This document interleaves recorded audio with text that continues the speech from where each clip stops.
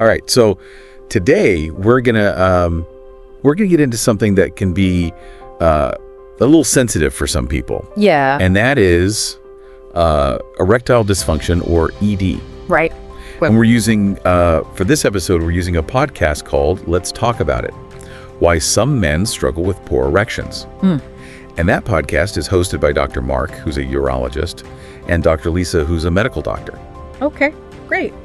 So they're definitely qualified to talk about this. And I think that, anytime that we talk about these kind of sensitive subjects, it can be a little bit, I don't know, maybe a little bit awkward or whatever, but the more information we have, the better off we are. So we can knowledge is power, right? Exactly. Knowledge is power, and we can kind of break down some of that stigma and fear around these topics. For sure. So, Well, and I think they did a really great job of being very approachable and open with the topic, and breaking it down into ways that are easy to understand, which is really helpful. Yeah. And one of the things that they really emphasized right at the beginning was that erectile dysfunction is not just about not being able to get an erection, right? But it's also about maintaining one. Yeah.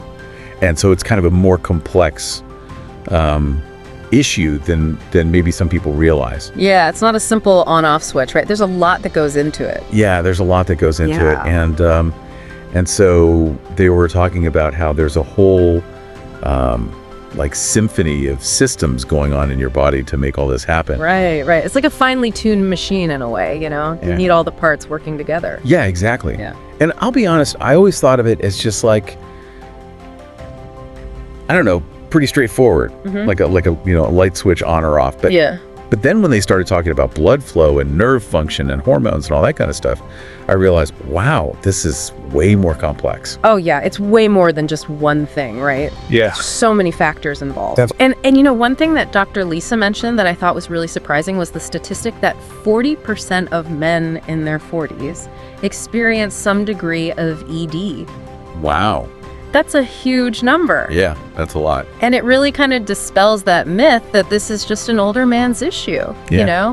It can affect men of all ages. Yeah, absolutely. And I think, that number really speaks to how common this is, but also how much it's probably not talked about. Yeah. If 40% of men in their 40s are dealing with this to some extent, there's probably a lot of guys out there suffering in silence. Yeah, and that was something that they talked about too, is this sort of societal stigma that prevents men from talking about it and seeking help. Right, exactly. It's like this taboo subject that nobody wants to address. But the more we can talk about it openly and honestly, the better it is for everybody. Absolutely. It helps to normalize it, and it encourages people to seek help if they need it. Yeah, for sure. So it's definitely important to keep that conversation going. Yeah, and so let's kind of dig into some of those causes, because I know that they mentioned they kind of had three main categories that they kept coming back to, and it was blood flow, stress, and lifestyle. Yeah, exactly. Those are like the big three. Okay. And what's interesting is how interconnected they all are. Like one can affect the other. So it's not always just one single cause. It can be a combination of things. Yeah, absolutely. So for example, think of your blood vessels as like highways for blood flow, right? Okay. And conditions like diabetes or hypertension can create roadblocks or narrow those highways, making it harder for blood to reach its destination. So less blood flow equals less... You got it. Less, oomph, so to speak. Exactly. It's all about that blood flow, Okay, that's a great way to think about it. Yeah, it's a good analogy. Yeah. And then you add stress into the mix. Yeah. Which, let's be honest, is pretty much a constant in our lives these days. Yeah. Oh, tell me about it. Right. And Dr. Mark described it as this kind of mind-body loop. The more anxious you are about performance, the more likely you are to experience ED. Oh, I see. And then that experience just fuels the anxiety further. Oh, so it's like a vicious cycle. It is. It's a vicious cycle. Yeah, that makes sense. Yeah.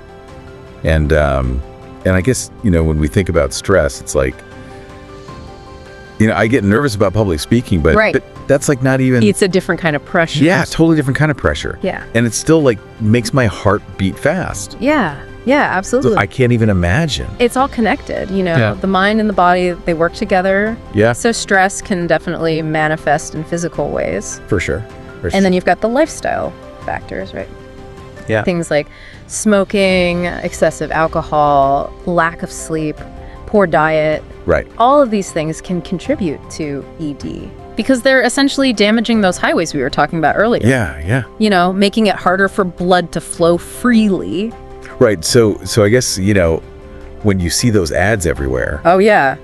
For the supplements. Magic pills. Yeah, the magic pills that are going to It's everything. fix everything overnight. Right. So are those legit, or is that just Well, Dr. Lisa actually laughed about those. You know? She said that while some foods are definitely good for blood flow and overall health, like pomegranates, watermelon, things like that, they're not going to single-handedly cure ED. Yeah. It's about addressing the underlying causes, not just masking the symptoms. Yeah.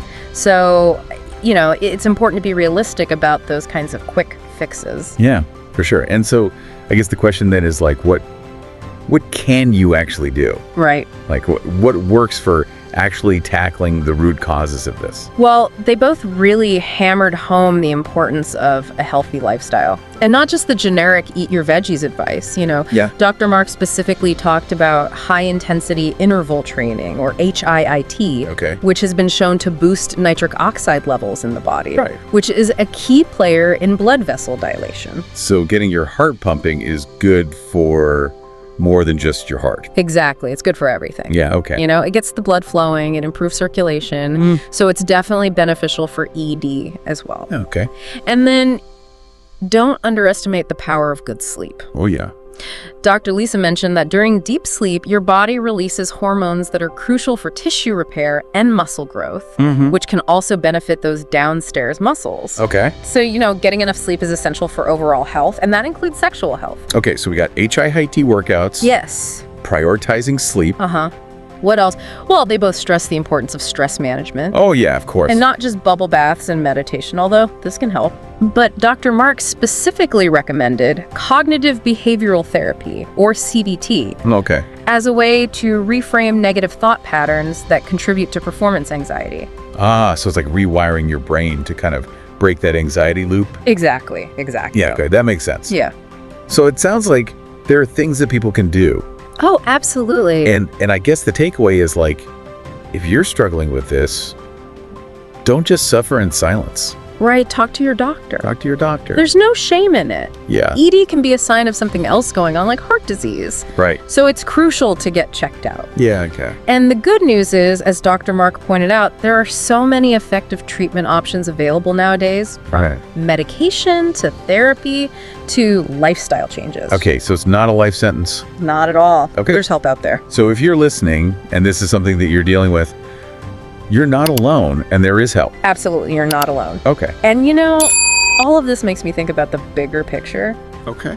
How much does societal pressure to perform contribute to ED in the first place? Wow, yeah. That's something worth considering. Yeah, food for thought for our listeners. Right. Thanks for joining us on this deep dive into ED. Yeah, thanks for listening. Remember, there's always more to learn, and taking care of your health, both physical and mental, is key. Absolutely. All right, thanks everyone. Take care. We'll see you next time. Bye. Bye.